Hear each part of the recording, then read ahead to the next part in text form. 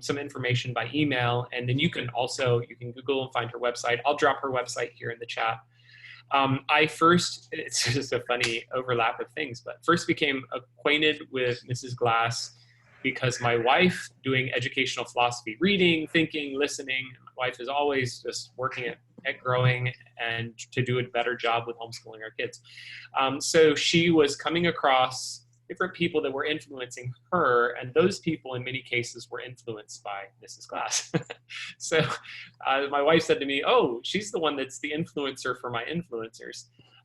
And if you do a little bit of looking around, Mrs. Glass has been very, very much active writing. So you can buy her book, you can read a lot of her content online, podcasts, conferences, and so forth. So anyway, I was just kind of hoping that you'd be willing to give us the time. I know you're busy and you have a lot of things you can do. To give us this time is an honor for us. We're very grateful. Thank you for your time. Well, I'm thankful to be asked. I'm always excited about opportunities for sharing. And this, for me, is an unusual venue because I do tend to have more contact with women who are homeschooling, and that's kind of been my gateway. But I'm always excited to, the ideas that I talk about are universal. And so I'm really excited to have an opportunity to talk to some other people. And of course, my husband is in the ministry as well. We have been on the mission field for 23 years. So I'm familiar with the kind of work that you all are doing. Excellent. Yeah, and that was part of the sell for me, or just the total buy-in for me, because as my wife pulls in some of the riches of educational philosophy, things she's studying, we obviously have conversations about that. I immediately turn around and start using some of the things that I get from her in my own classes. So I want to expose all of us to that. And that's kind of the whole concept of this. If we can open in a word of prayer, and then I just want to give the time to you, and we want to hear from you. So I'll just open us in prayer, and then we'll hand it over. Father, thank you for the ability for us to be able to meet, even in times that have limitations on our ability to meet. Thank you that we can do this. We can spend time together here. Thank you for Mrs. Glass's willingness to give her time, and also just the accumulation of knowledge, information, study that she's done over years, and then her being able to bring that and benefit us now.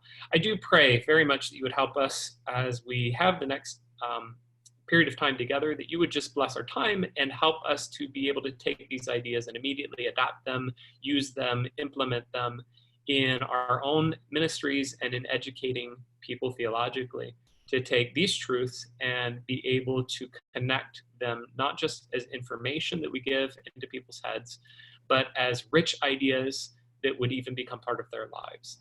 And I pray that you would work in our hearts now even to direct our thinking so that we would go that way. We ask this in your son's name. Amen. Okay, I just have one quick question before I get started.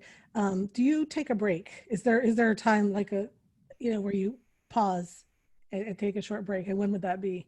Typically we go for we'll go for 40, 50 minutes. And then, so my time, it's 8 o'clock right now, or 10 after 8. And so we'll go up to 9. So 40 minutes, 50 minutes from now, take a 5 to 10 minute break and then finish out the rest of the time. It's entirely at your discretion. So you do what you okay, do. That's all right. I seem to remember that because my husband has audited some of these classes. So I thought that he occasionally got a short break. Okay, well, I will just go ahead and get started. Thanks again for having me. Whenever for the very first time, I'm talking to people about education and teaching, I sort of have to connect with what you probably already have experienced, because all of us haven't gotten to this point in our life without acquiring quite a bit of experience, under the heading of what we call education. And we have a tendency to associate it with certain things, basically school. So most of us have had an institutional school experience where we were in a classroom. There were designated hours when we were supposed to be learning. There was a teacher standing at the front of the class, and we were expected to acquire a certain body of knowledge and then reproduce it at intervals through testing and quizzing and things like that. And we have a very it's, you can't really escape it. You know, we have a tendency to associate the word education or teaching with that kind of process. Like all of those trappings are just, we think of them as all but indispensable. And that is not really true. That is historically, as you look back through the whole, you know, millennia of time, when, you know, every generation has successively educated the next generation, that's really not the model that was used. It's very much influenced by, I mean, we've kind of forgotten this now, but it came really, that particular way of conducting education really came into popularity in the 1800s through Germany, and it's a very mechanical, sort of a factory production line model. You know, the idea that you can just, you know, get the same product. You know, you put everybody through the same course, and we're all going to come out, you know, the same. Like we have the same thing, as if education were just you know, a music box or something that if all the pieces go into the right place, you have this thing and it will work. And that's not really traditionally or biblically what education is meant to be. It's not meant to produce a product. It's meant to produce growth in a living person. So if you go back through history and you look earlier than that, you know, that Industrial Revolution era, the 1800s, you know, you get different metaphors for education. So if you start reading, as you know, if you read things that were written in that era, they'll compare the process of education to mechanical things like, you know, clockwork and, you know, all of the gears working together. In our modern speech, we tend to use computer metaphors. You know, you input the data and you process the data, and we use those kind of metaphors for learning and education. But if you look further back in history, including in the Bible, you will find more of agricultural metaphors. You know, where it's talking about things that are living and growing, and they need water and they need food. Just as an example that everybody will know, the very first Psalm, you know, talking about the person who's meditating on God's word will be like a tree, you know, planted by the water, and he brings forth fruit. And that agricultural, that growing metaphor was associated with education for a long, long time. And it's a better picture for a Christian teacher to think of when they come to the subject of education, is to kind of have this idea that education isn't about just acquiring a body of knowledge and being able to reproduce the right answer to certain questions, because that's really easy to do. Joel was telling me at the beginning, you know, you all have these various degrees and you've gone through, you know, different university courses. You're already in possession of several degrees, so you know what I'm talking about. You can learn something, you have a body of material, you're going to take a test on it, and then you're going to move on. If you can think back to one of your courses where you know, did really well, it was a course you did particularly well in, you got an A, got a B, and somebody handed you right this minute one of those tests and you had to do it, would you be able to get that same grade?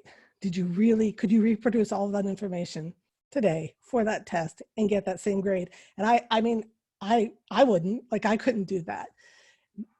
And we go through school and we just kind of play the game that way. Okay, memorize it, learn it. I've got this. I got the test, and then we move on, because next semester there's going to be a whole host of new courses and they're going to have their own material and tests and things like that. And so we have a tendency to learn something in a kind of, you know, rote sort of way. We can produce a right answer, but only for a little while.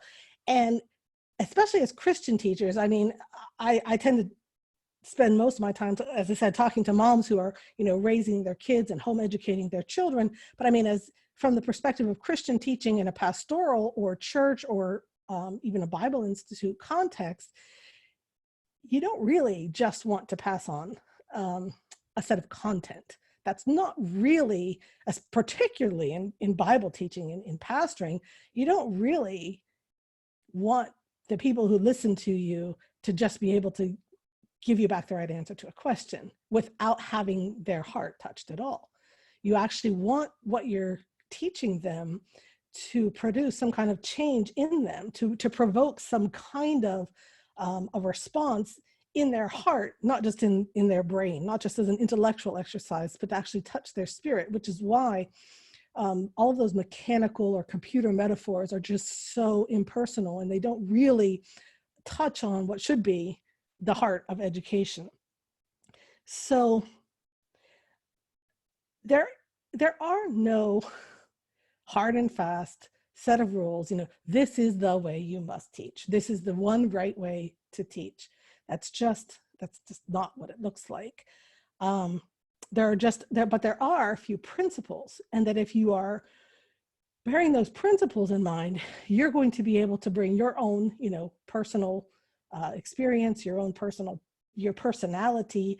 You're going to be able to take into consideration the situation, because it's a very different situation, from teaching, say, a room full of 3-year-olds or a congregation, or a group like this of educated adults. You're going to have to adjust your, what you're doing to suit your audience, to suit your students. And so if you have a few principles that are flexible, but true and valid and, irrefutable in a way, you'll be able to use, whatever your circumstances are to teach, and teach well, and make sure that you at least have an opportunity to do that thing, to reach the heart of your student. So a really wise teacher from about 100 years ago, he was a clergyman, an English clergyman as well. He said, you can't really teach anyone anything. What you can do is convince them of why they would want to learn. So if I were to, I live in Poland and I speak Polish, and if I were to tell you the Polish word for bread, the word is chleb, and maybe you could say it, maybe you'd have to work on that just a little bit, because it's not the easiest word to say, but if we worked at it, you could probably learn it, but it doesn't have any real meaning. It's not going to have any real meaning for you. As a single word without any context, it's not going to be very useful to you. And so you're not going to remember it very long. Even if you, spend a few minutes working really hard on it, by next week, you'll have forgotten it. And if you happen to hear it, a Polish person speaking sometime, you won't even notice. So you would have to have a good reason. I would need to convince you why it would be worth your while to learn a Polish word for bread before you would have the motivation that you would be willing to learn it, that you would want to learn it. So what you really want to do as you come to a teaching, situation, is to help your students understand why they should want to learn what it is that you would like to teach them. It's a little bit like, and it's not like you don't know more than they do, but you can't pass that on to them unless they're open and receptive and willing to learn it. So it's a little bit like, we all live in different countries. And so somewhere probably in your country, as in mine, there are things that are really worth seeing, architectural things or natural settings or something like that. That's really something that draws people. Like if anybody comes to visit, you're going to go take them to see this thing. And that is, if you can imagine you're, a tour guide, maybe you're taking a hike or you're trying to go somewhere, and that if they will just, keep going, a few steps further, a few more turns. When we get there, there's something really worth your time. You'll be glad you made the effort. You'll be glad you came this far. And so as a teacher, your job is to kind of, you know what your students will gain if they will go ahead and learn what it is you're trying to teach. But you can't just, you can't do it for them. You can't, it's like you're preparing a meal, but you can't eat it for somebody else. You've got something wonderful for them, but you can't give it to them unless they're willing to take it in and learn. So that's kind of the role of the teacher. I'm going to try and give you as many, just as much as I can, in a way that will help you to understand how those principles actually work in a practical situation. So if you'll indulge me for just a minute, I'm going to have you look at a painting here. Let me see. All right. I'm sorry if I were really technical competent, I could have done this with a shared screen, but I'm not. So we're going to do it the hard way. I'm going to show you the painting. It's about 30 seconds. And I want you to really look at it and just see and notice as much as you can about it. I won't, like I said, I won't take up too much time, but I promise this is a worthwhile exercise. So this is, the painting is called A Rainy Day by the French painter Gustave Caillebotte. The original is hanging in a museum in Chicago, but the scene is of a street in Paris. It's called A Rainy Day.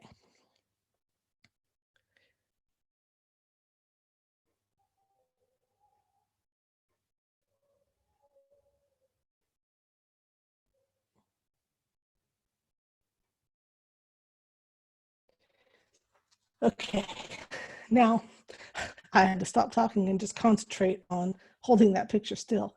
All right, so now what I would like you to do, if you would, is take a moment, call the picture back up in your mind as best you can, and describe it. To yourself, or if there's somebody in the room, do it to them. Again, let's just take about 30 seconds. Please try to see the picture in your mind and then to describe it. Like I said, I'll give you just a couple minutes. Take the time and do what you can.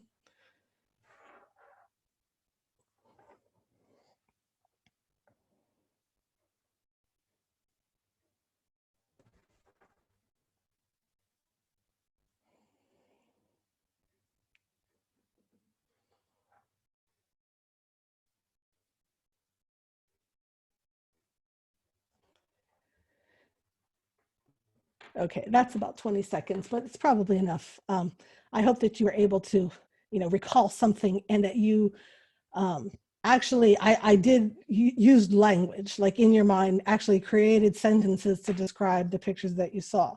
Because now I'm going to ask you some questions about this painting, all right? And these are the kind of questions that a sort of typical educational program, read the material, here's some questions. I did it with a picture, but the same principle applies to anything that we're expected to read for school. So I'm going to ask you some questions. You don't actually have to answer them, but try. All right, how many umbrellas are in this picture? How many couples were walking under the umbrellas? How many lampposts? How many horses did you see in this picture? Carriages? Okay. Now, the way that the thing that I ask you to do after you've been exposed to this painting is going to affect the way that you think. Not so much this first time, because you didn't know what I was going to ask you to do. I just had you look at the painting. But the next time, it's class time and I say, we're going to look at this painting, and I put up a painting, what I am expecting, and now one or the other, will affect the way that you think, that will affect the way that you interact with that painting. So if you know that I'm going to ask you to describe the painting, the whole time you're looking at it, you're going to be thinking up sentences. You're going to be thinking of descriptive words to describe what you're seeing. You're going to be noticing as much as you can and just trying to be as detailed as you can about what you describe, but you're going to be thinking in words and in language, and you're going to be seeing the whole picture. But if you know that I'm going to ask you some kind of questions like I just asked you now, what are you going to be doing? Not really going to be looking at this painting. You're going to be counting things. You're going to be just, obscure things like, oh, what's she going to ask? And you're not really going to see the painting. You're going to see these different parts, and you're going to know that I'm going to ask you some meaningless piece of information. And if you are a kid in class, and you get called on how many umbrellas are in this picture, and you don't know the answer, you end up feeling dumb. You end up feeling like, oh, I failed because I can't answer this question. But more importantly, as I said, this is going to shape the way that you think. The teacher does not have to tell you how to think, but the things that we ask and expect from our students are shaping the way that they think. They're shaping their relationship with the knowledge that we are trying to present to them. So that's the first principle of education or teaching, is that we need to understand it not so much about giving our students information as helping them to form relationships, to give them a good experience, to help create that desire so that they want to learn, so that they care about the things that we're trying to teach. So how effective you are as a teacher actually depends on how effective you are in fostering relationships in your students and helping them to make their own connections and form their own relationships with the material that you're trying to teach. And the thing is, as a teacher, you're always doing one or the other. You are either helping your students to form relationships or you're hindering them from forming relationships. Very much like by my questions, like, you know, how many horses do you see in this picture? And there is one. It's not going to make you enjoy the art. It's not going to make you enjoy the painting or the painter. You're not going to care. And therefore, no relationship is going to be formed if that's the only way, if that's the only level that you're interacting with the material that a teacher is trying to teach. So if you can accept that much, that it's the job of a teacher to help form relationships, the next obvious question is, well, why? I mean, why do you want your students to form relationships? Why do you want them to care about the things that you're learning? Because especially as for Christian education, we don't want it to just be, oh, we're just going to do the same thing everybody else is doing, you know, with the classrooms and the tests. We'll just do it better. We actually have something that is, you know, of greater value for our students, and we want our students to not see what we're trying to teach as a body of material that they're going to learn and forget, but something that they're really going to take into their lives, and it's going to make a difference to them long term. So let me see. So so going back to why it forms a relationship, it is because it makes a difference in the way that we respond. If you care about something, then it will provoke you to action. If you don't care, you won't do anything. There's a really, and you can have accurate knowledge, but accurate knowledge doesn't make you care. There's a really, I don't know if any of you have heard this story, but it's an illustration that you see from time to time where there's a little boy walking on a beach where there's a lot of starfish beached. And he's walking along and he's picking up a starfish and tossing it back into the water because they're going to die out there on the sand. And then this man comes along and says to him, you know, there's miles of beach. There are thousands of starfish up here. You can't do anything about this. Nothing you can do is going to make a difference. And the little boy looks at the one that he's holding, tosses it into the water, and he said it makes a difference to this one. And the illustration kind of illustrates what I'm trying to explain. What the man said was true. There was absolutely accurate information. There are thousands of starfish, and the few that the little boy could rescue by tossing them back in the water wasn't going to make a difference statistically at all. So he wasn't doing anything. He wasn't tossing in any starfish. His information was accurate, but it didn't provoke him to do anything. Whereas the little boy cared, and he wasn't just thinking about the statistics of the thing. He was thinking about, this is one starfish. If I throw this one back in the water, it will live. And because he knew that he could make a difference, it provoked him to act. He cared. So as a teacher, if you can create or create the opportunity for your students to form relationships with any kind of information, this is not exclusively applicable to the Bible. It actually is true for, you know, science and technology even, and literature. Anything that teaches us to care can provoke us to act. Whereas if we don't care, we tend not to do anything. So that's the reason that education is fundamentally about helping to form relationships so that it will provoke a response.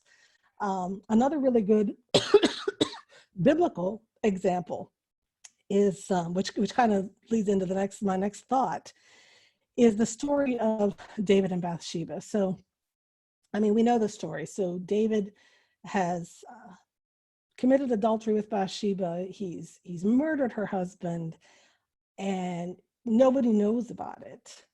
And then the prophet Nathan comes to him, and he could have said, and it would have been absolutely true and perfectly accurate, you're a wicked sinner and look what you've done. That's not what he did. He came and he told him a story. And he told him this story about how there was a rich man and a poor man, and the poor man only had one little lamb that he loved and cared for, and the rich man had a whole stable full. But when he had a guest, he went and took the poor man's lamb, killed and ate that, and offered it to his guests and left him destitute. And he told him this story. And David, he got interested in the story, and he had all of this righteous anger, built up as a result of this story, and he was prepared to execute justice on this terrible rich man who had done this thing, so that when Nathan said to him, thou art the man, it provoked him to repentance. It made a difference to him. So that's, like I said, it's just an illustration of how just plain facts in teaching are not necessarily, the fact that our students can parrot back certain information or fill in the right answers on a test, it's not necessarily going to make a difference to them unless we can reach their heart. And that is the goal of education. And there's not just one way to do it. There's more than one way. I think the obvious truth of that is that you really cannot create that kind of relationship and caring in anybody else if you don't have it yourself. It's not something you can pass on. It's why if you ever had a fantastic math teacher who absolutely loved math, they probably taught you more than you would ever, have been able to learn from a teacher who just sees it as a job and gets up there, turn to the next page and just drags through it. But a teacher who loves something can make even, uninterested pupils, catch a little bit of that enthusiasm and that relationship that they have. So that's the first principle. You really want to be able to form relationships in your students because it will make a difference. It will provoke them to do something, hopefully something good, if they care. It does work both ways. I mean, there's always a negative, to that.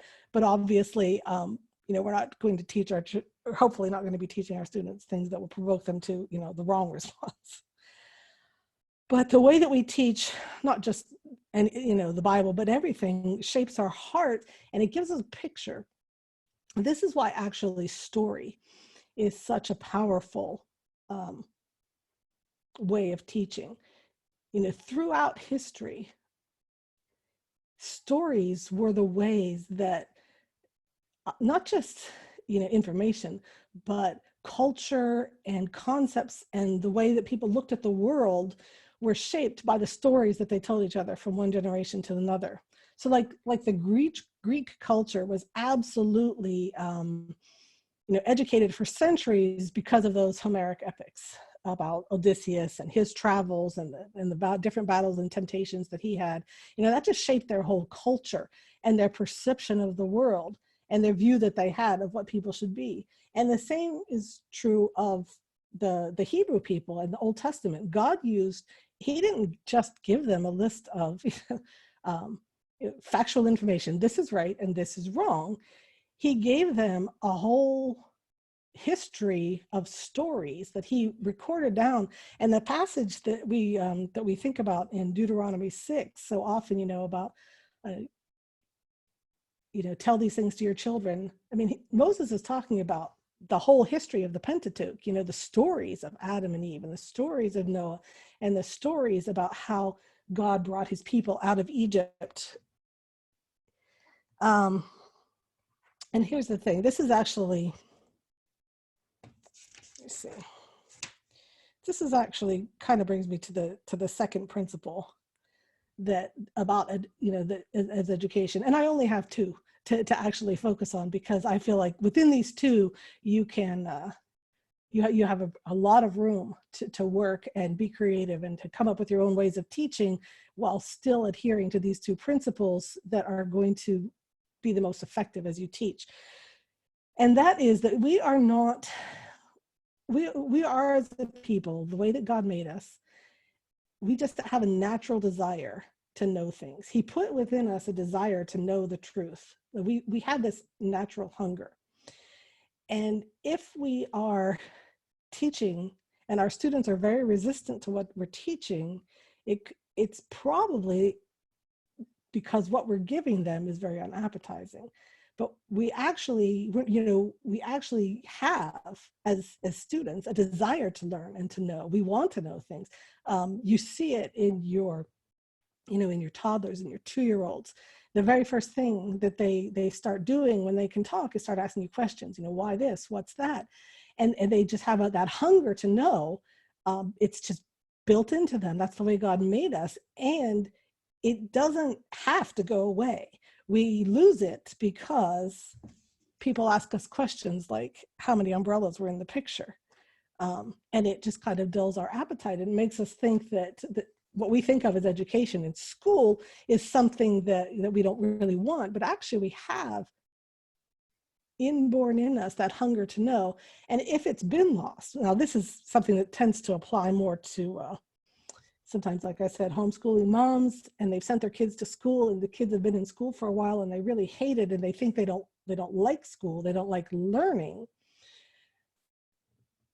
But even in that situation, because they are people and God created them to want to be able to learn, that hunger can be revived again. It's not something, just because it's dulled, it isn't going to be lost forever. We just need to make sure that we are bringing to our students the things that they really want to know, and creating in them that caring, the ability, let them know why they would want to care about knowing, because they actually do want to learn. And the thing about education, probably the one thing, because this is also because we're people, we do want to know things, but sometimes when we learn something, it's really easy, especially if you've collected, any number of degrees, you feel like you know a lot of things. It puts a kind of a block in being able to go further and learn more, because the very first requisite for being able to learn something is to know that you don't know, to know that you have a gap, or you have some kind of a lack.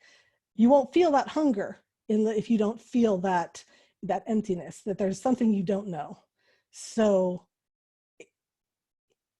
in virtue terms, in Bible terms, but even in academic terms, it's humility. You have to have a certain amount of humility, both as a teacher and as a learner, because even when you're the teacher, you're still a learner. And not only that you are, learning from people who you think maybe know more than you do, but there are things that we can learn even from our students, from our children, new converts sometimes. Where I live, I don't get to see new converts very often, but when we have, especially an adult person who is converted, I'm always humbled again at how enthusiastic, their enthusiasm for sharing the gospel. And I just feel like we have so much to learn, and we can learn. It doesn't have to be that you just are going to learn something from the people are smarter or know more than you do. You may be able to learn from everyone. And if you have that mindset of humility and always being open to learning, what you're going to find out is the more you learn, the more you know that you don't know. And that is, if you read through the Bible with an eye toward what it has to say about education, you're going to see that exact idea over and over again, because the Bible uses words like wisdom and knowledge and understanding. It's like, oh, you want to get these things, but you won't get them if you think you already have them. And the Bible, of course, as I said, we have these, through stories, we're able to build up a picture of what the world should be like. They don't just tell us the factual events, these things happened, but they also create in our minds kind of a picture of the way things should be, the way things ought to be.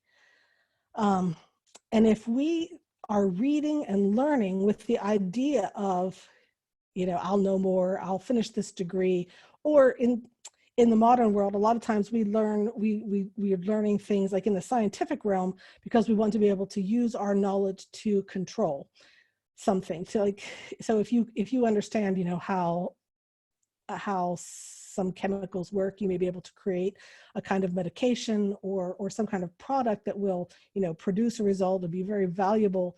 And the idea, though, is that you're not learning just for the love of it, because you want to be able to control something, or we have a tendency sometimes to take pride in our knowledge.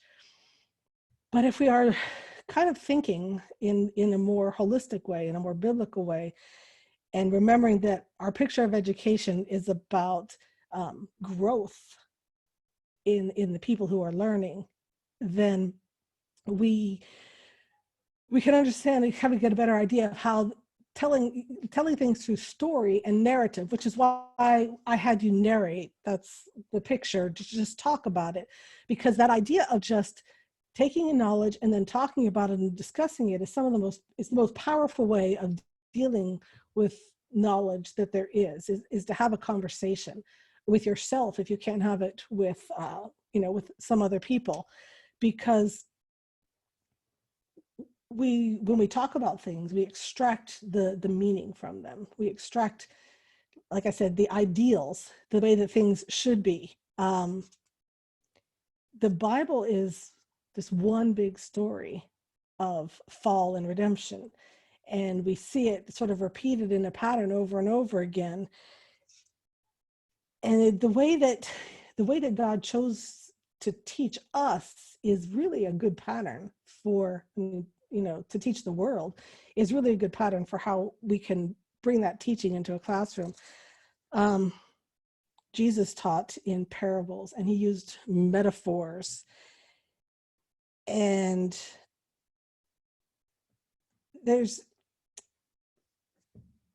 when Jesus was teaching, a lot of times he would remind his listeners of those stories from the Old Testament that they all knew. It's like he reminded them about Jonah, he reminded them about Noah, he reminded them about Elijah, and they were all familiar with those stories. So from a Christian perspective, we have this whole kind of a collection of common stories that when we refer to them, they create for us, just the way those Homeric epics did for the Greeks, they create for us this connections, which is relationships, so that as we process new ideas, we can take them.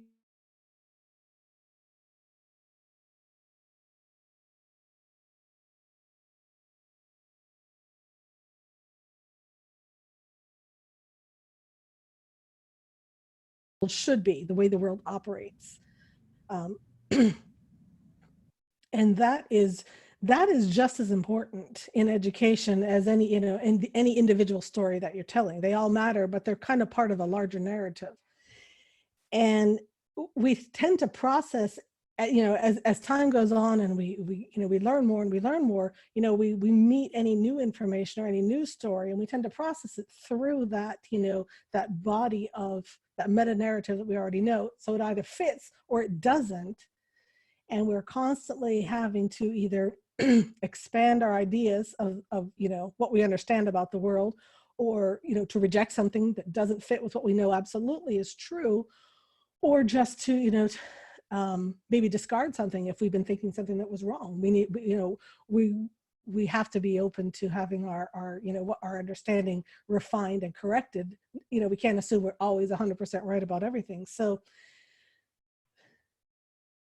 it's a kind of thinking. I actually like to use the word to differentiate between synthetic thinking and analytic thinking. And I have to say up front, it's not that one is good and one is bad, because they both have a place.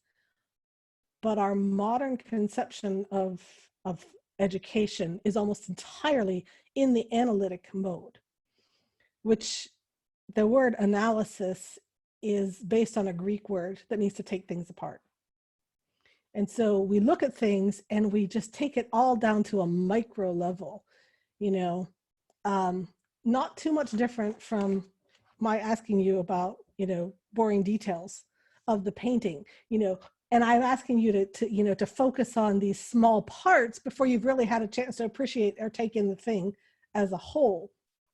So the Greek word synthesis is has the root meaning to put things together. It's the opposite of taking them apart. And as I said, there's room, and we really, both kinds of thinking are legitimate. But when you go through school, as we do, constantly cutting things apart and taking things apart, you end up with the postmodern mindset that we have is completely comes out of that kind of analytical thinking. And you run across words like fragmentation, deconstruction. You hear these words kind of, in the culture and in the world. This is, they just take that stuff for granted, that everything is disconnected. It's the opposite of relations. Remember, education should be about helping you to form relations. And so you have that first, kind of initial relation, which is where you kind of get hooked in and you start caring about something. But then everything, all the different kinds of knowledge that there are in the world are really connected. There is, sometimes it's closer, sometimes it's a little more distant, but nothing is completely disconnected from anything else. No branch of knowledge is completely separate from all of the others.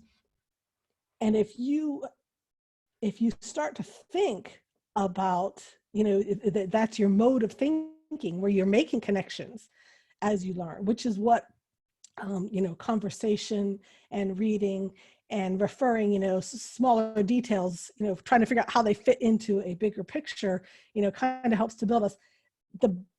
If you have never done anything, as a student, except go through institutional schools, particularly non-Christian schools, there's a very good chance you never were taught in any way except in that analytical mode. But if you were fortunate enough to have good Bible teaching, you will have had the opportunity to be taught in a synthetic mode, because the Bible teaches a synthetic way of approaching everything. Just for example, kind of classically, when somebody asked Jesus the question, which one is the most important law?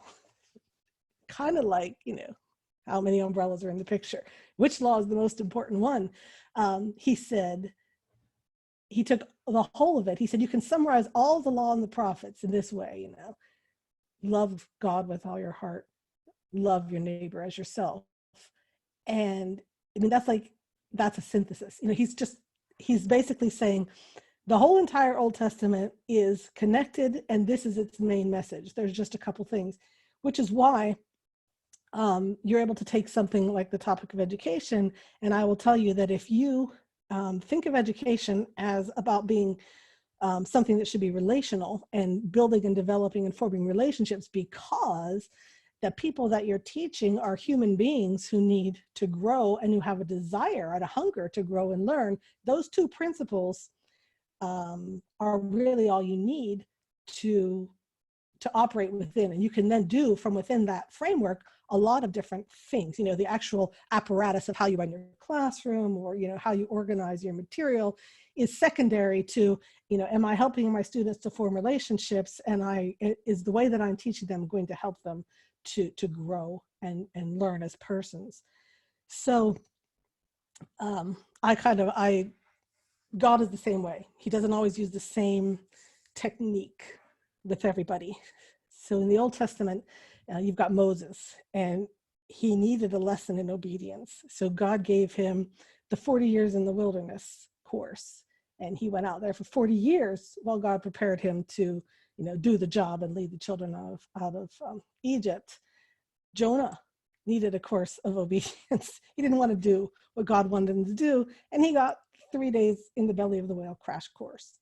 So there's not just, there's not just, like I said, there's not a list of rules like this is how you must teach. This is the way a lesson has to be learned. It's just that there are these principles that kind of shape the way that we think about education. And then from within those principles, our own preferences and personalities and the age and the situation of our students can all be taken into account. As long as we have those principles in mind, we're not going to hinder the relationships that they have. So I guess I'm ready for a break. And then afterward, I either have some more stuff that I could talk about, or we can do questions if people have questions. Sounds perfect. Yeah, I'm accumulating some questions down here, but we want to hear from you. So let's take a break. I've got 8:54, and so we can come back just a couple minutes after 9. Well, anyway, whatever hour time zone someone's in, a couple minutes after the hour turns, and whenever you're ready, we'll be ready to go. Thank you. Okay. Lots of great notes here. Very, very, very helpful content. Thank you. We'll see you All right, back in just. good. All right, I'll be back in a couple of minutes then. Okay, thanks. How about this as a starter, and then as the other men are jumping in, you guys formulate your questions, drop them into chat, or open up your mic. Okay, so you kind of talked about this notion of like a dead curiosity, or a child, and I would connect it into like theological ideas like the image of God. God made a world, he declared that it's good. And so because I'm made in the image of God, I look at the world around me and I go, it is good, I agree. And that makes me want to understand more and learn. And so that's natural and that's honorable to want to understand the world the good world that my good God made, and echoing of the image of God nation. I wonder sometimes if, let's say like in our world, kind of everything's STEM, and I love STEM. Actually, I'm really into STEM myself, but STEM in the sense of you do it so that we can raise our GDP, I can raise my productivity level, I can make more money. Or you said it in terms of like learning to control versus learning for the wonder of it and the just, oh, I can't believe how brilliant this is. Is there something in here where maybe an adult can settle into, well, I've got my coffee, I've got my Netflix, and so I have enough money to pay the rent, and that's enough. It's almost like you learn enough to be able to do your job, make enough money, and meet all of your physical needs. And so then you're satisfied with that, which in theological categories is again like breaking the image of God, the richness. God made you for more than that. You're not just an animal. How do those ideas fit? Or what do you think? How would you respond? Well, it kind of goes back to what I was telling you before. We grew up with this mindset where the idea was that school was to produce a certain result. And so, to prepare you to be a worker and to earn a paycheck. And so if you've accomplished that, then that's it. It did its job and you don't necessarily, whereas if you're able to, to see yourself as a person who doesn't really ever have to stop learning and growing, and if you understand that is, I mean, it's, we can all, study something just because it's like eating things that are good for you, compared to eating something just because it's delicious and you love it. If we have developed a relationship so that we really, enjoy something, and nobody as an adult is going to, necessarily want to be interested in all things equally. We want to expose young children to, the whole broad spectrum of knowledge. So, they're doing history and math and science and literature and all of it. Whereas by the time most of us are adults, we've kind of settled down into one train, but there's very few things that you can't take further than where you are. Like I'm not going to keep on learning more math probably at this stage of my life. I enjoyed math, but I'm not going to keep learning it. Whereas I keep on reading about education. There's, I'll never get to the end of all that there is to learn about my topic that I love. And so if you have that natural desire, even as an adult, even though it won't necessarily be in everything, but people have their hobbies. I mean, that's legitimate to have a hobby, something, that you care about. Like there's people in the States, who are Civil War reenactors or something. And, that era of history particularly interests them. Or, for some people, it'll be, I don't know, there's so many different kinds of hobbies, right? Woodworking or, so sometimes it's about learning more. Sometimes it's about doing something with your hands. And all of those are legitimate things for us as human beings to do. One of the things that schooling, institutional schooling tends to do, most people probably, I say most because it probably is a larger than 50% leave school and they never read a book again. They just, whereas if they've been able to develop, an interest in learning, it can be fiction or nonfiction, but they'll just, they'll continue reading. And I think for most adults, that's one of the things, so it's one avenue that if you can just keep that going, maybe you don't read every day something, but if, you get through, 10 or 12 books a year, it's just can be a continual source of enjoyment and pleasure, and you grow as a person.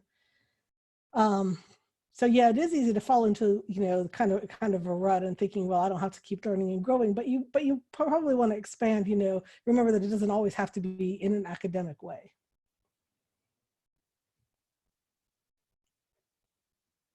Does anybody else have a question? Okay, how about this? Generally, the students I'm standing in front of are self-motivated and self-interested because they, in my context, they had to really overcome a lot of barriers to get there. Probably it wasn't like their parents said, go to Bible school and force them to do it. I mean, they chose to be there, Right. which is, so, I love that. Right. Which means that most of the people who are in this class really do probably understand what I'm saying, that, when you care about something, it motivates you to act. It motivates you to do something, to pursue that thing that you've learned to care about. But I still, I get a student that, because again, in my context, I do think a lot of education, maybe overwhelmingly, and probably more than a US context, is very rote. And it's very much like stuff and dump. Is what they're getting before they come to us. So I do get students that I think their innate curiosity has been killed. How do we, or at least their assumptions about learning have been killed? You're picking up a college student, what would you do to kind of get them back in? I don't know if you are under any obligations to conduct your courses, according to anybody else's standards, but one of the reasons I did the little illustration with the picture at the beginning, to show you the difference between those two things that we did, where we talked about what we had seen, or I asked you to talk about it, compared to just, answering, inane questions that were going to kill your interest. Those kind of questions will kill your interest. And a lot of times you get students and they've been through years and years of that type of schooling, and it's just, it's pretty dormant. So the idea of narration, the idea of talking about the things that you're learning, that is actually a relationship building exercise. So, within a classroom situation, you have an opportunity, to open up, a discussion, get people participating, and eventually over time, really hearing each other, so that, the person who's speaking feels like everyone else is actually listening to what they have to say. It builds a relationship and a rapport in the class between the students and the teacher, but it also builds a relationship between the students and the material that they're discussing. We call it narration, when a student just tells back, like I asked you to do, where you just say it. But it can actually be expanded to more of a, less of a soliloquy and more of a colloquy, where there's, back and forth, and one person, responds and listens to what people say on the topic that you're talking about. One of the things that what I was going to, if I just continue on my own, was going to talk about was the kind of questions, good questions that we can ask that will provoke, more of an interest and a response, rather than shutting people down. Like, when you're just asking for one specific piece of information, separate from all the rest, as opposed to questions that ask you to, think outside the frame of what you're seeing, to think about other things that might be connected to what you're discussing now, and the kind of questions that, tend toward the relationship building. So there are questions like that. So do you mind if we go down? Sorry, what's that? If we go down that track, that sounds great. Okay, so Francis Schaeffer wrote a book back in the 70s, I think, called How Should We Then Live? There's a video series by the same title, How Should We Then Live? And the title is taken from a passage in Ezekiel somewhere, that question, how should we then live? Any question that you ask that basically fits within that framework, how should we then live? How should things be? Is a question that's going to be saying not just, what is this? And there's just one answer, but it's more like, what does it mean? Because that is really where the hunger for desire, the hunger that we have for knowledge isn't just to know a bunch of facts. The hunger that we have for knowledge is a hunger for meaning. We want something to mean something. And this is the thing that our culture is absolutely almost devoid of meaning. The postmodern culture. It's why suicide rates are so high. And it's why nobody cares about anything. Oh, okay, I'm getting a warning about my computer, my connection again. So hopefully I won't get cut out again. And I apologize in advance if it happens. I will be back. But anyway, so the kind of questions that we ask should tend toward asking our students, to look for something that means something, because that's the way God created the world. It has meaning, it has order. It's not just a bunch of random chaotic, stuff that happened by chance. And so when we ask questions, I say, well, what does this remind you of? Is this like anything else that you've ever seen? And you're asking students to look for connections. And when they're looking for connections, they're building that meta narrative, that background that will help them to, pull together the different parts of things that they've learned and create for themselves something that they will be able to use as a guide to the future. How should we then live? Or again, it will provoke them to action in some way. So our questions should be questions that don't just have, one right answer. I don't know if this happens anywhere else, but in American Sunday school rooms, I've been in many of them where it doesn't matter what question you ask, the kids all put up their hand and say, Jesus. The answer is Jesus. The answer is always Jesus. Whatever the question, it's Jesus, which is true at one level. But the point is, if you ask a question that only has one right answer, like fill in the blank, it doesn't go anywhere. It just stops right there. So when we ask questions of our class, we want them to be making, questions that are going to ask them.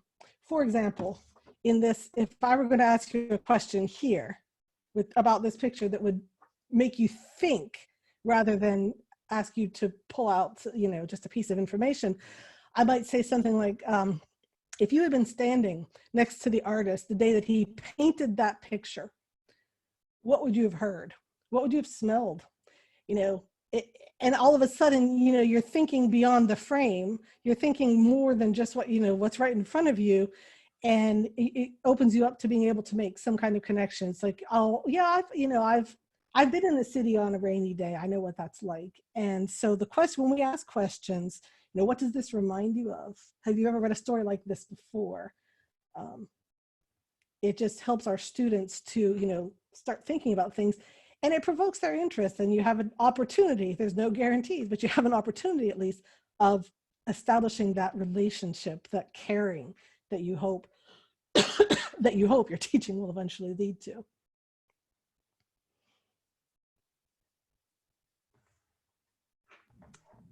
That's great. Do you have it? Could you go down the track? So you talk about connections, relations, the science of relations. I'm guessing that there's maybe a little sub-world of ideas in that, in terms of the relations between what? Are we talking, is this like multidimensional relations between teacher and student, relations between idea and idea, relations between idea and the world? Is it like that kind of thing? Or can you kind of go down that rabbit hole a little bit, the science of relations? Yes, it's absolutely multidimensional. There's no real limit. You have to start somewhere, but in the way that if you toss a rock into a pool of still water and the waves start going out in concentric circles, they eventually touch the shore, and then they start coming back and crossing over each other until it's all touched, it's all come together somewhere.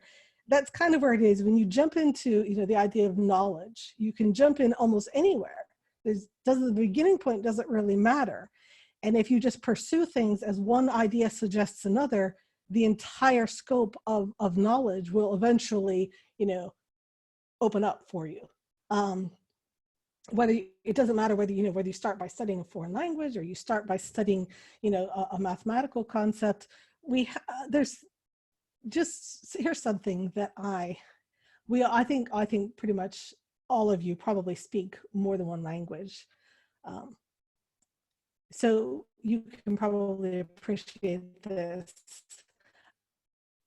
I was an English major. I studied English, so I knew grammar very well, and I kind of liked it, and it was a lot of fun. And I've always thought of grammar, it's a very finite body of knowledge and a set of rules that you follow for language. And the grammar of English is very, very different from the grammar of my second language, which is Polish. But then I started reading about grammar as a liberal art, because it's one of the liberal arts. And I read a book by Augustine called On the Teacher. Augustine of Hippo, 300-400 AD. And he's writing about grammar. He's writing about nouns. And he started talking about how a noun, like what it is and what it means. And a noun is a noun in any language.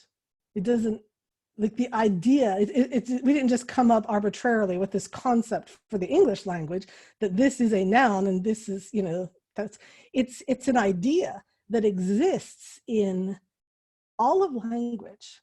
And that is a concept that only God could have built into the world. This construct that it doesn't matter what your language is, that it's the same. You can't, it's a universal principle that you can't escape from. It's just built into the thing.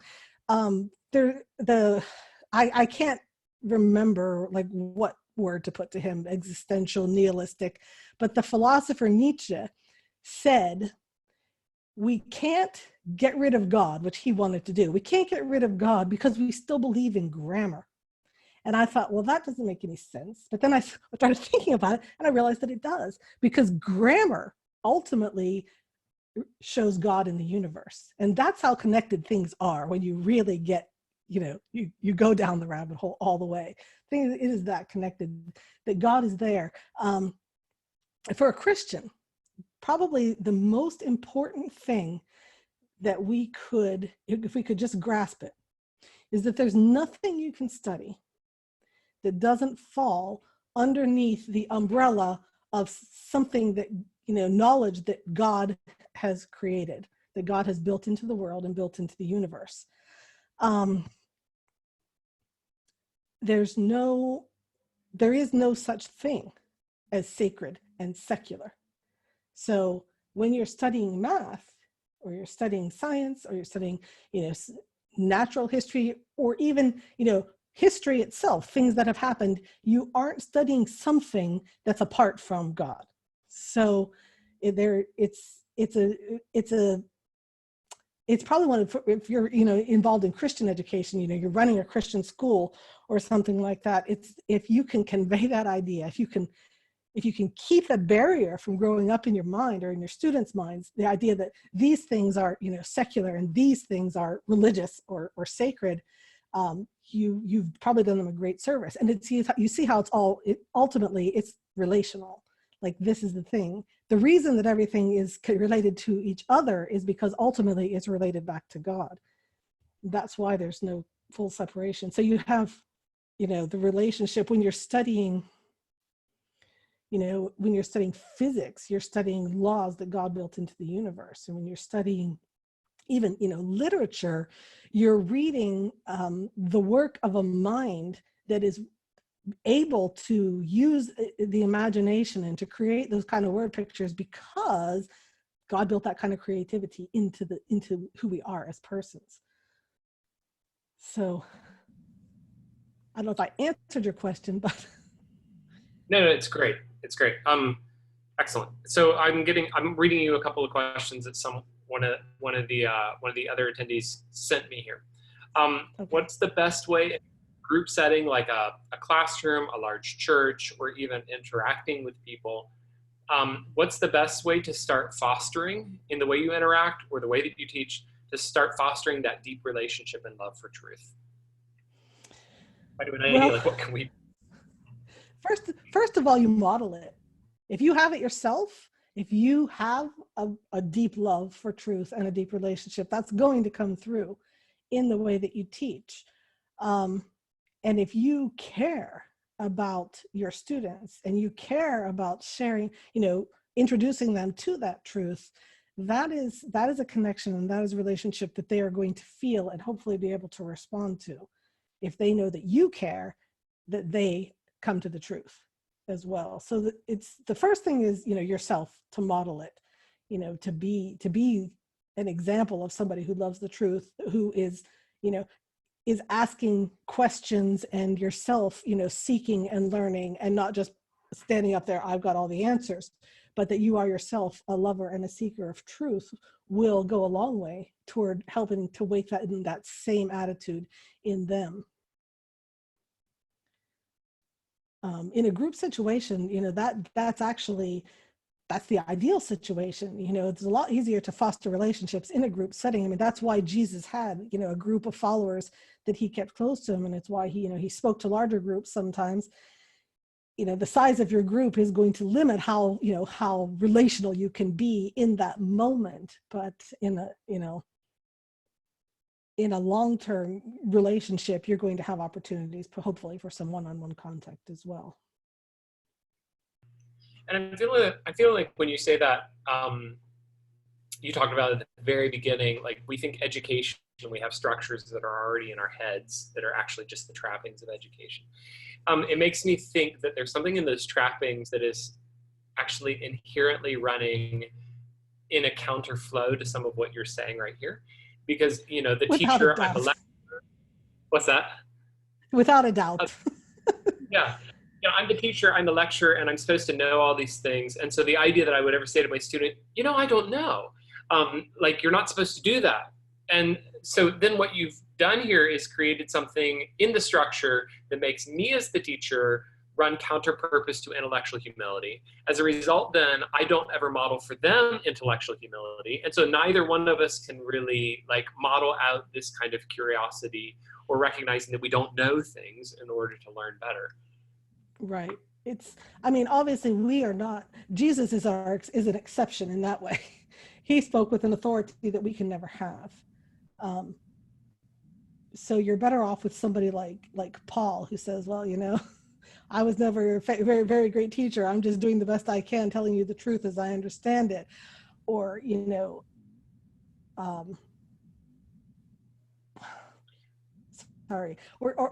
I'm thinking of the classical example of Socrates, who famously said, the only thing I know for sure is that I don't know.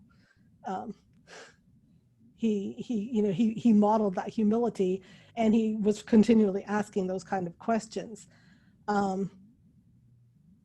I hadn't thought about the fact that if we aren't able to model humility, that our students aren't going to be able to, they're not going to end up in that place. But you're right, that is a problem with the classroom model that we are so familiar with, where the teacher is sort of posing as the one who is in possession of knowledge, and it stops there. Like, there's no inquiry further and beyond what the teacher might already be able to know.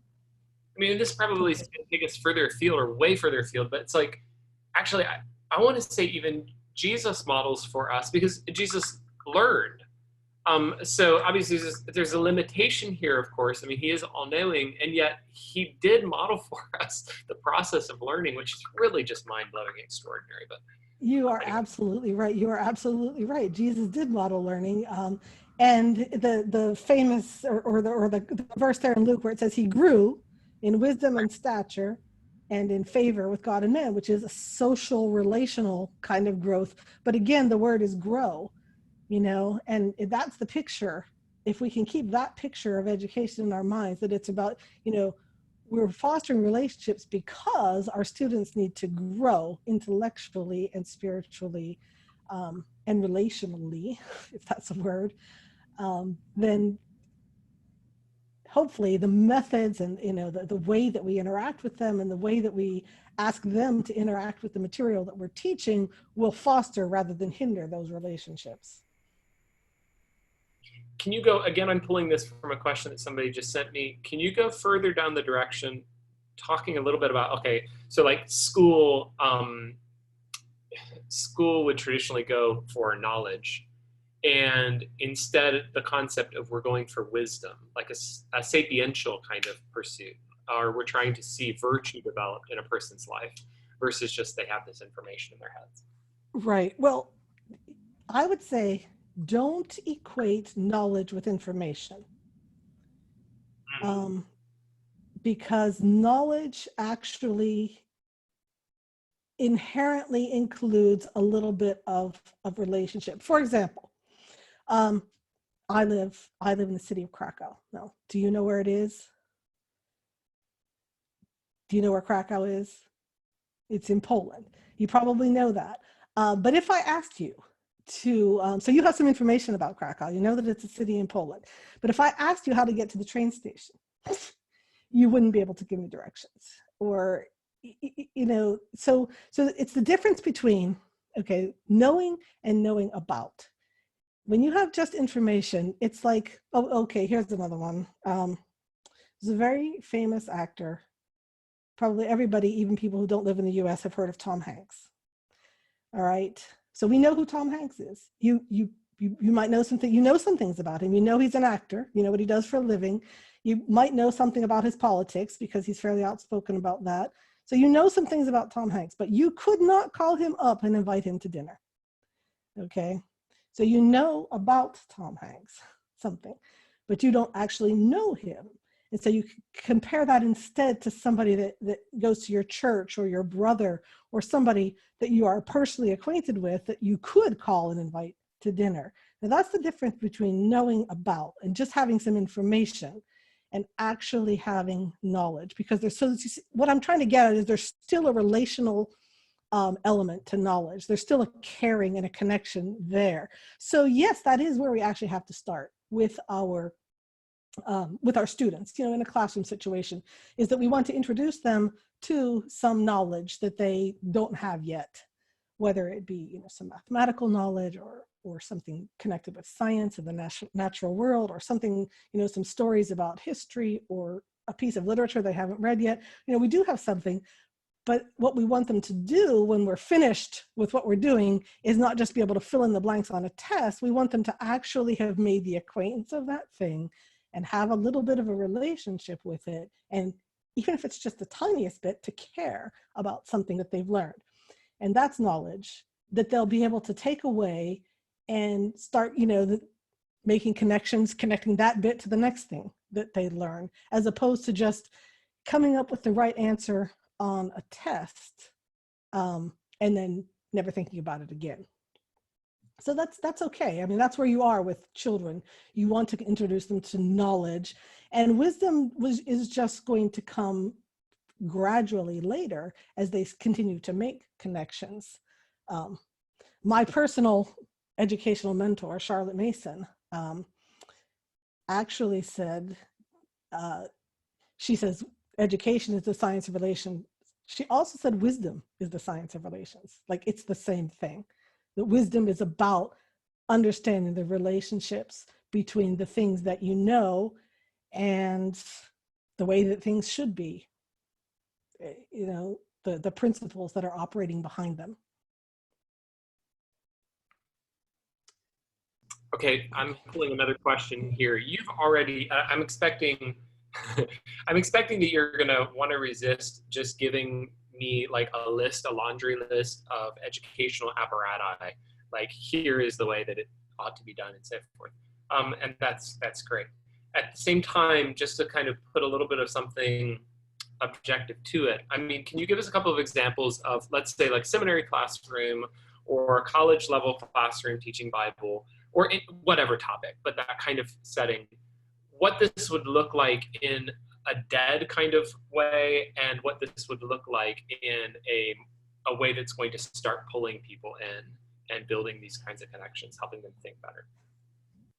Unfortunately, I myself experienced the dead kind of way quite a lot when I was in Bible college years and years and years ago.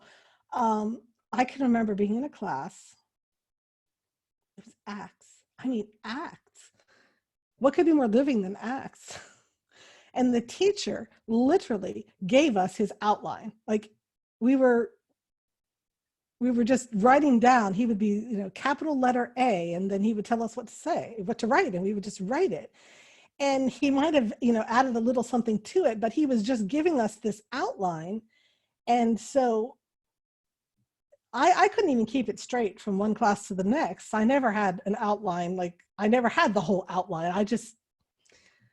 The connection between A and B, I never made that connection because there was too much information being given, all of these subpoints as we went. And so I never even I was never able to put the pieces together.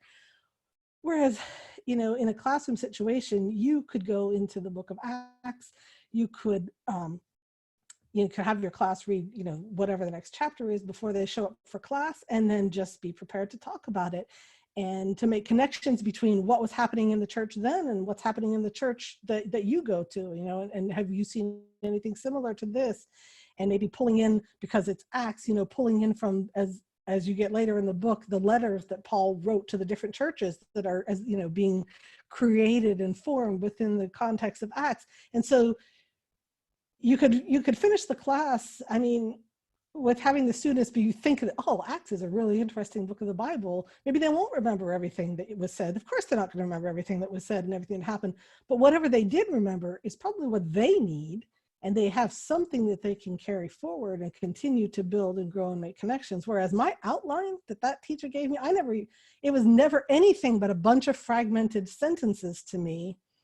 And when it was time for the test, and I got an A in that class, when it was time for the test, I just sat there and memorized, crammed the notes into my head and went and took the test. And that was the end of it. I don't remember anything I learned in that class.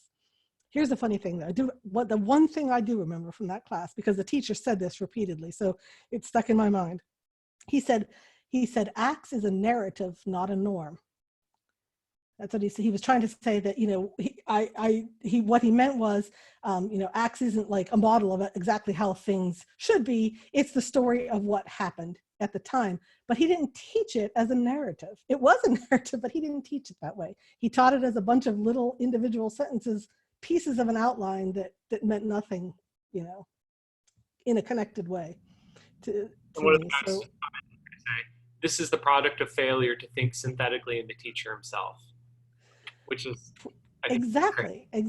And see, that's the thing. If you let the Bible instruct you, if you let the Bible teach you how to think, you will think synthetically, because it's a very synthetic book. But it is possible to be so steeped in that analytical, break it all apart mindset to, and how many Bible studies, you got to go through it verse by verse. And so you just consider every verse one at a time instead of a whole book, and understanding what the message of the book is, and then you can look at the verses and see how they fit into that larger message that is the theme of the book. So you can unfortunately analyze the Bible in the same way and end up with a lot of broken fragments.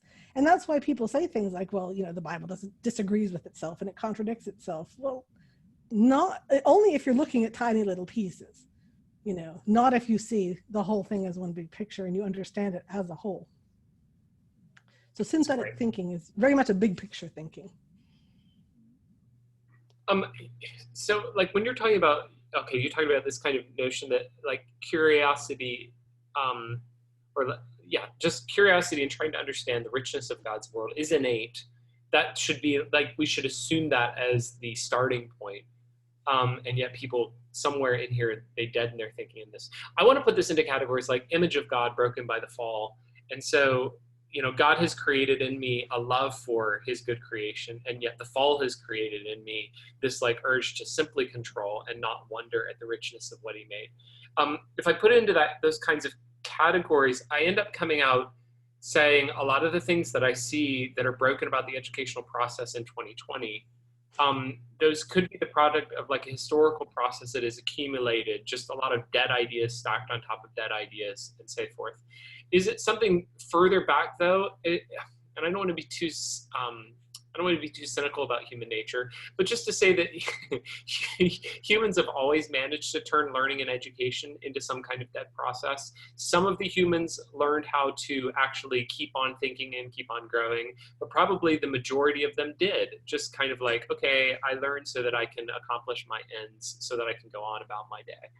How would you react to some of those things? Well, yeah, I think you're probably right. I mean, the Pharisees are the classic example, aren't they?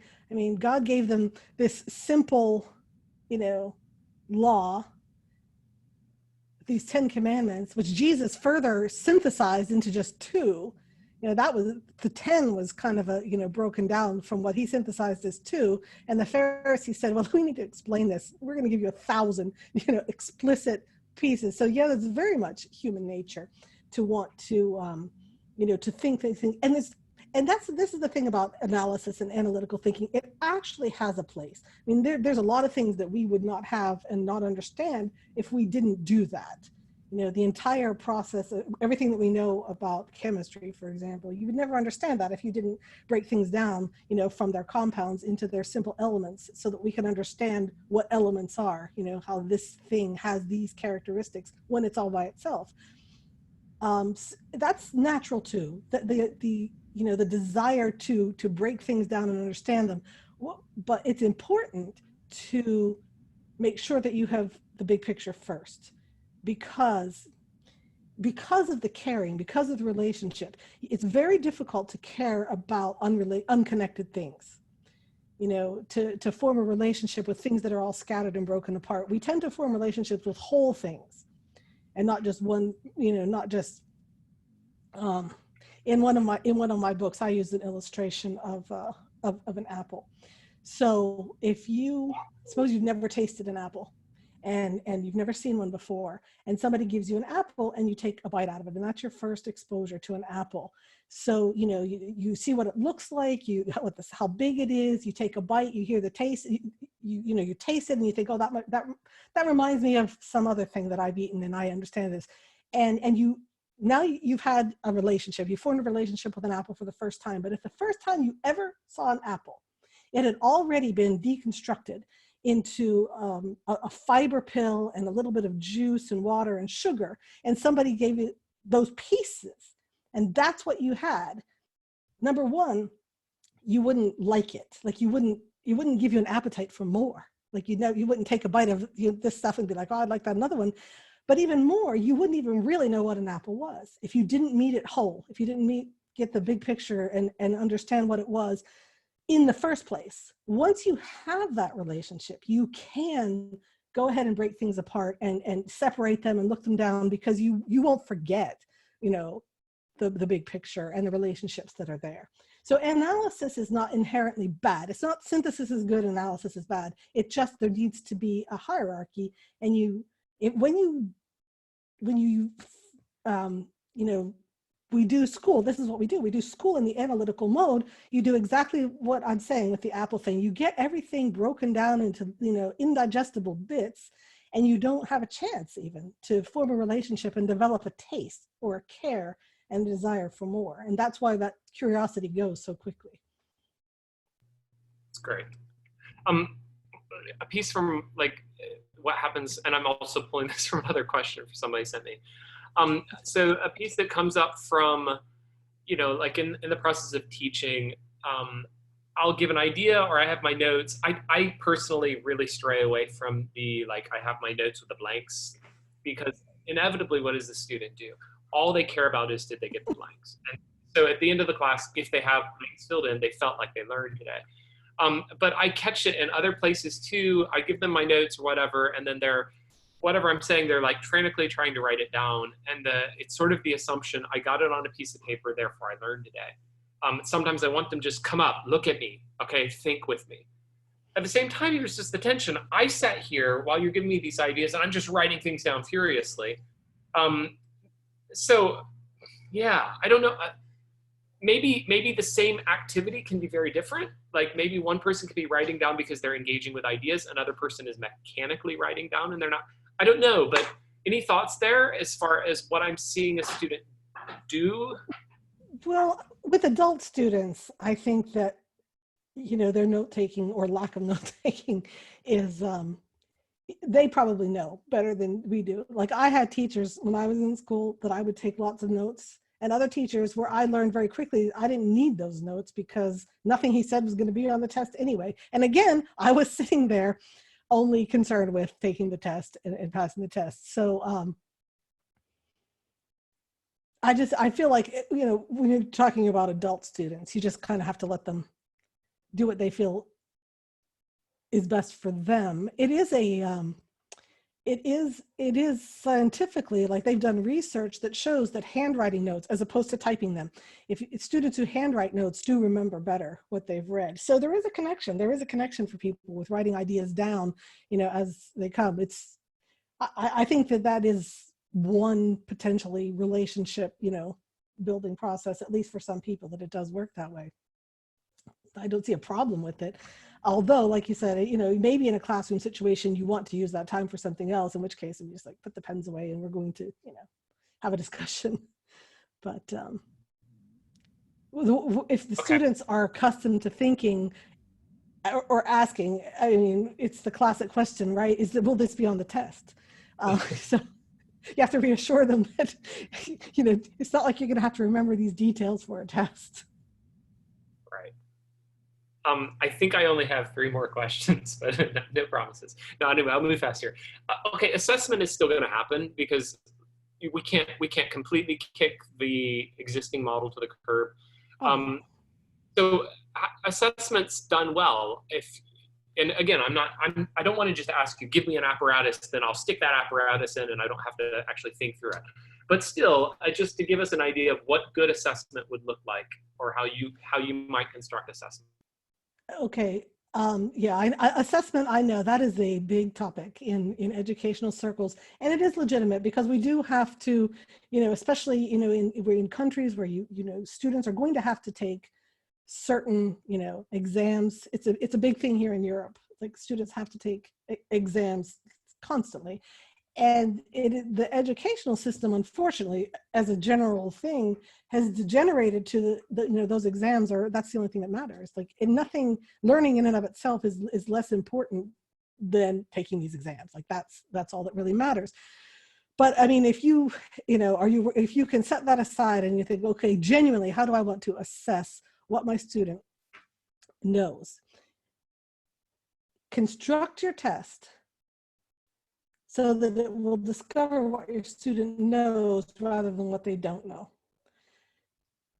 So what it basically means in terms of, I mean, if you understand the difference between, fill in the blank, true and false questions, or an essay test, basically what it means is that as a teacher, you're going to have to let your students write, or potentially you could do oral exams if you have time for that. But either way, it's much more demanding on the teacher. This is why we ended up defaulting, I think, to that easy to grade model. The true or false questions, here they are, they're marked right or wrong. Very quickly, the teacher can, discover whether or not the student got them right, assign a grade, and move on to the other 40 or 50 papers that they have to look at. Because we have that system sometimes, where one teacher has so many students and so many classes that they have to assess, and that's a problem. If you could say, construct 1 or 2 essay questions, just for example, if you're like my acacs course, and you could say, write the life of Paul from Acts. And tell me what you know about the life of Paul from Acts, and let give the student 30 minutes to sit there and start with Paul before his conversion, after his conversion, the things that he did, what happened to him and how he grew or changed. Or if you could say choose one of the cities that Paul visited and describe how the church was founded in that city. So what you're doing is you're not going to be able to test every single thing the student knows, but then the other tests don't either. But what you're doing is you're asking them to tell you what they do know. And then you can judge based on what they write for you, whether or not they have grasped something, made some connections. You can't write, you can't write like that without including some of those details. They have to give you something exact, specific information as part of that bigger picture, not all of it, but at least something, and you've got something to grade, and they can tell you what they do know rather than, here's a multiple choice or true and false, and I'm not sure if this is the right answer or that is the right answer. And it's like those kind of tests are set up to trick you into figuring out what you missed. Excuse me. So good thing we're not in the same room, right? Okay, you have another one? No, that's really helpful. I'll tell you two anecdotes that just kind of make me laugh when you say that. One of these, I had recently a student, because I do essay tests. I recently had a student tell me, he said, your testing is more, I think your testing must be more of an American model, versus the more Filipino model is multiple choice and true false. And I kind of chuckled and laughed inside, because like, no, when I was taking classes in the US, they were true false multiple choice too. So anyway, just kind of, we're like, no, right? Better in the US, sorry. No, it's just, yeah. But unfortunately, that is what students have come to expect, and that's why they ask, will it be on the test? Because that is what they have learned to care about, passing a test. I say, and I'm not joking, I mean it in all seriousness, the only thing I ever learned in institutional school was how to take a test.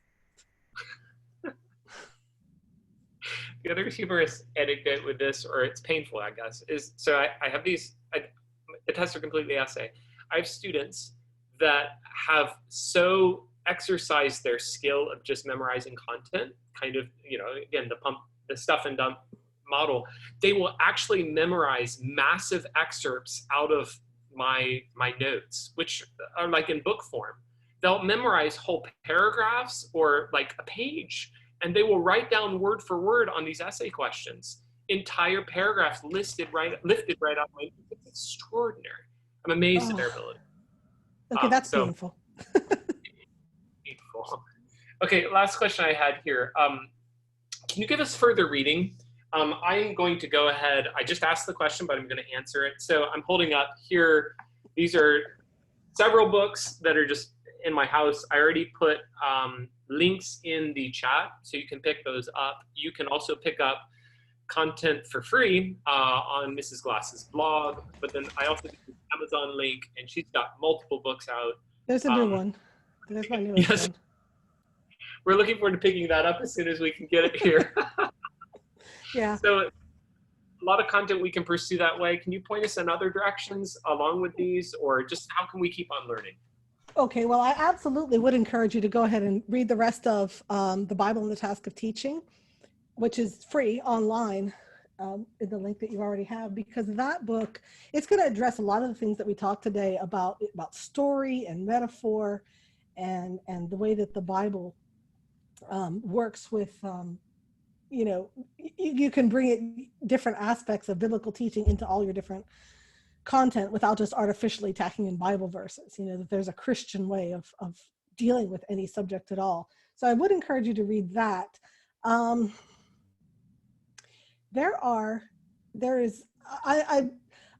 not really sure, because most of your most of you here are not teaching at the like K through 12 level, I don't think, which is where most of my focus has been. So some of the books that I'm thinking of as being good reads tend to be address more of that lower level of school education.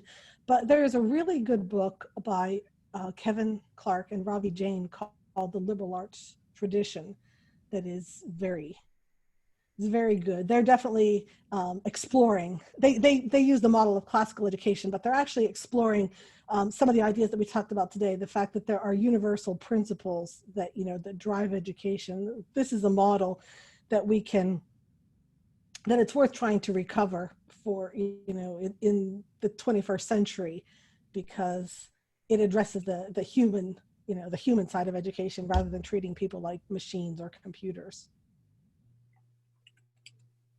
Great. And in particular, I'm assuming pushing us to read specifically in Charlotte Mason. Are there parts of Charlotte Mason that you would point us to go after, or what do you think? If you want to read Charlotte Mason, I would say go straight for volume 6. It's called A Philosophy of Education, because she wrote that book at the end of her life, kind of summarizing all that is in the other books.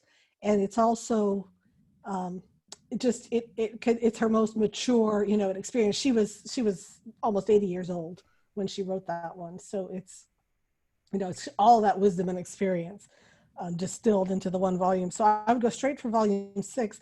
And I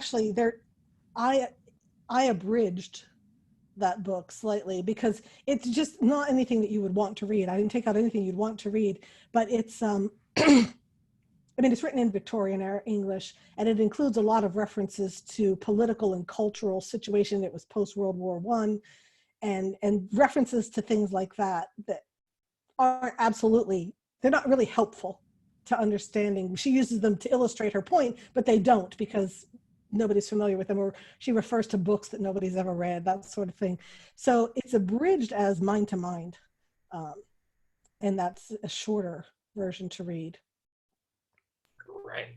That's really helpful. Just to get started, that's excellent. Thank you. All of this has been very stimulating, and is definitely going to help me with specific things I'm doing. Major takeaways here that I just really love. Too many things to say, but major takeaways that I came away with here: deriving my philosophy of education from Scripture's own example of education. Clearly Scripture is an fundamentally educative book, and yes. Educative means not just throwing information at me, but intended to change me and intended to guide me as a person. So then I should be watching what Scripture is doing and how it does that. Another notion that I just think is super fascinating here, there's a concept in apologetics, presuppositionalism, and it's sort of this notion that apart from a God who is a meaning giver, then we're going to find ourselves in a place where we don't have meaning, but humans all assume meaning. So they really ought to recognize that there must be a God to grant that meaning in the first place, the foundation of meaning in the first place. And I feel like what you did here, you gave that to us in an educational philosophy, where the educational philosophy you poured out for us is resting on those foundations. Right.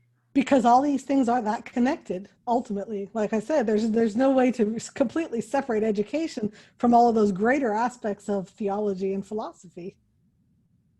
Yeah. And then, so a last notion here is just, okay, so I think of education in general. And so if I was a math teacher, these ideas would be very important to me. History teacher, very important to me, and so forth. One of the takeaways I'm getting from all this, and these connection in with things like knowledge in order to change a person, form the character of a human, and for them to value the meaning of the world. I want to say, as a teacher of Scripture, I, of all people, ought to be the most connected or the most engaged by some of these notions, because what I'm doing here is expressly and explicitly intended to form up character. So, yes, if I was a math teacher, great, I should be excited, but as a Bible teacher, I should just be eating this up. So anyway, yeah. Well, thank you all for listening. I appreciate you inviting me to come and join in. It's been fun for me. I love talking about this stuff. So I hope that it was useful and helpful. Oh, utterly so.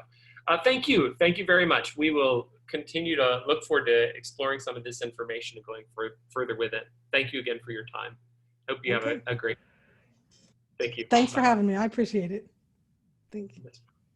Bye-bye. Bye-bye.